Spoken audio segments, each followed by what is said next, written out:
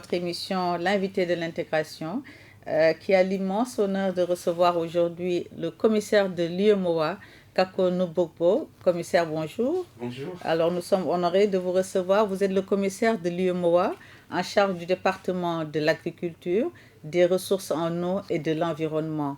Mais avant la commission de l'UEMOA, commissaire, je dirais professeur, puisque vous êtes professeur agrégé des universités.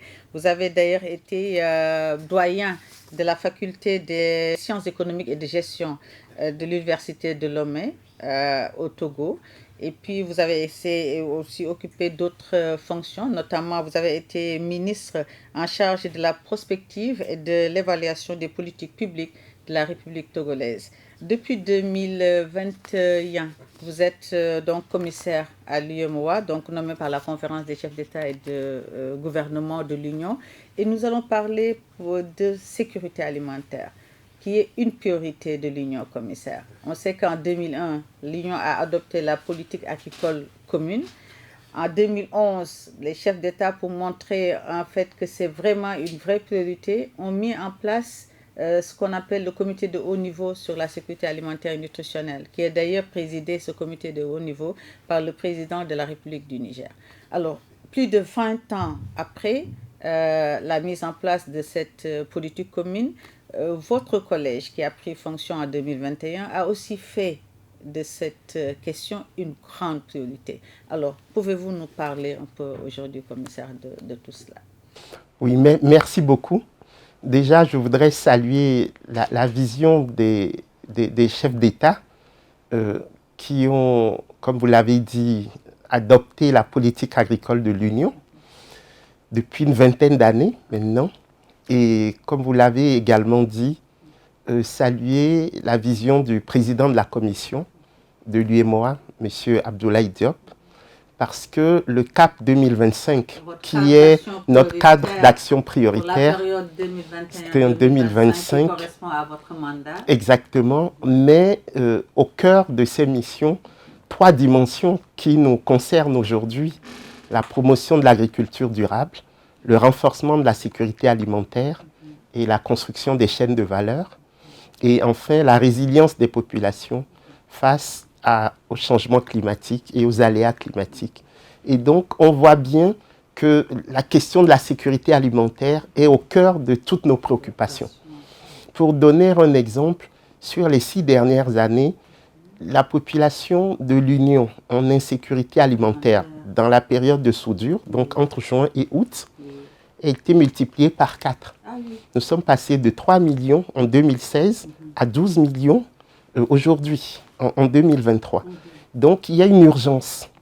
Et c'est face à cette urgence que la Commission déploie un certain nombre de dispositifs sur lesquels nous allons échanger. Voilà. Et ces dispositifs, justement, qui ont été réaffirmés dans le CAP 2025, pouvez-vous nous parler de ces priorités pour votre collège? Tout à fait. Il y a 3 niveaux, on peut dire, de préoccupation.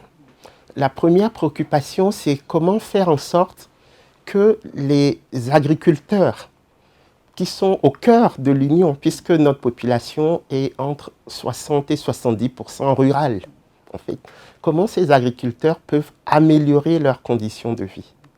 Et c'est pour ça que nous travaillons dans le cadre des 5 filières prioritaires de l'Union. Et ces 5 voilà, prioritaires, bien sûr, c'est le riz, le maïs, le coton, donc qui sont les 3 filières végétales. Donc ensuite, on a la filière bétail-viande et puis on a l'aviculture. Et donc, nous essayons d'aider les organisations de producteurs à mieux se structurer pour capter une valeur un peu plus importante. Alors, en faisant quoi concrètement? Oui, en organisant les fêtières des organisations de producteurs. Et donc, dans ce sens, on les accompagne pour mieux accéder au crédit. Et pour ça, nous avons un instrument régional qui est notre Fonds régional de développement agricole, le FRDA, qui est doté de 61 milliards de francs CFA. Et nous essayons aussi, pour l'accès au crédit toujours, de faciliter les choses parce que souvent les banques exigent des garanties qui sont de nature foncière. Et c'est pour ça que nous avons développé un observatoire régional du foncier rural en Afrique de l'Ouest, l'ORFAO, qui est vraiment une production de l'UEMOA qui permet au fond de sécuriser l'accès au foncier pour les producteurs ruraux. Mais nous allons plus loin parce que nous avons constaté que sur les 40 dernières années, nous avons perdu 20% de notre productivité agricole du fait du réchauffement climatique. Exactement. Et par rapport à ça, nous accompagnons les producteurs sur l'amélioration variétale. Donc des variétés plus appropriées, au Sahel notamment. Et ça, nous le faisons avec nos institutions sœurs, comme le SILS, le CORAF, et puis des universités de l'Union, comme l'université Nazi Boni de Bobo Dioulasso, avec laquelle nous avons un contrat autour de la recherche sur les meilleures variétés halieutiques. Et donc, au cœur de notre ambition, nous voulons vraiment développer l'intensification agroécologique des systèmes de production.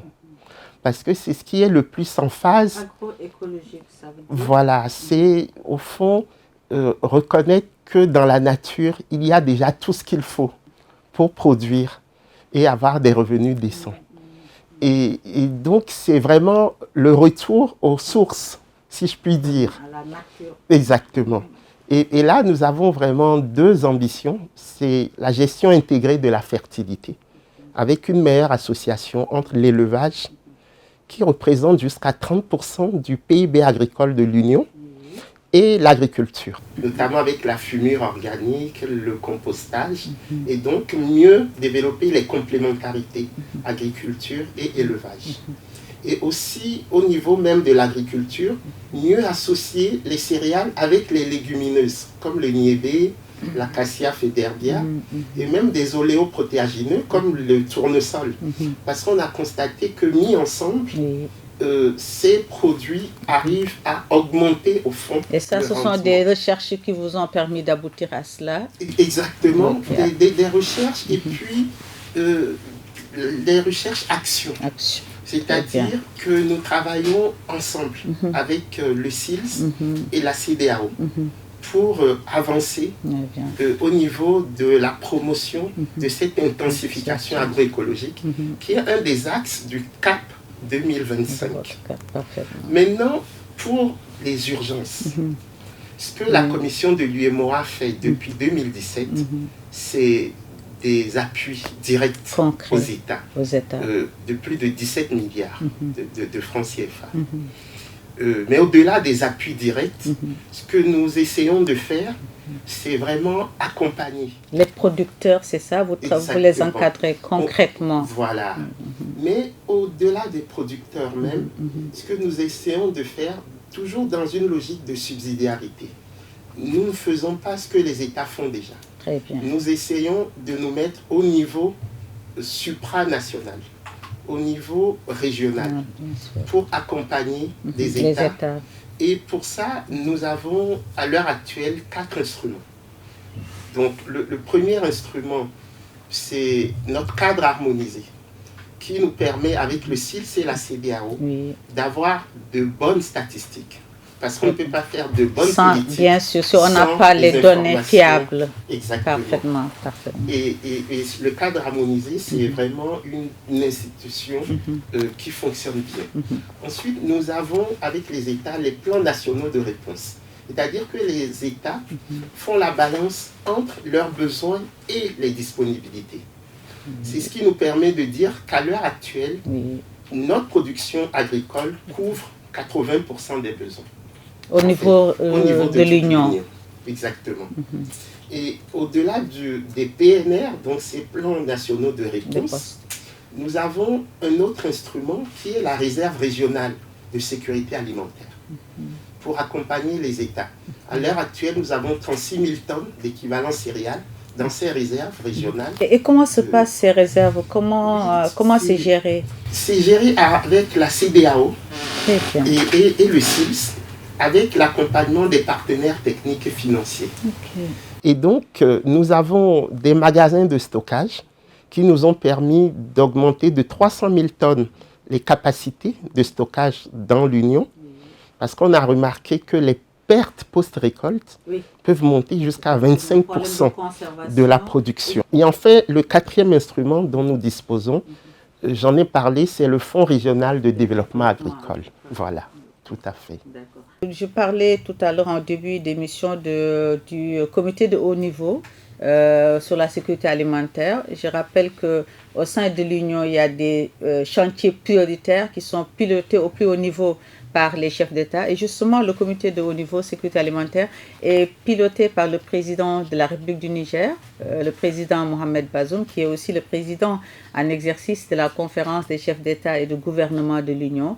Un comité très actif qui est régulièrement convoqué par le président Bazoum. Et on voit à chaque fois, il donne des orientations. Alors concrètement, une fois de retour à Ouagadougou après ces réunions, que faites-vous au niveau de la commission pour justement rendre effectives toutes ces orientations? Oui, le comité de haut niveau sur la sécurité alimentaire vient parachever nos cadres de concertation, qui sont au nombre de 3.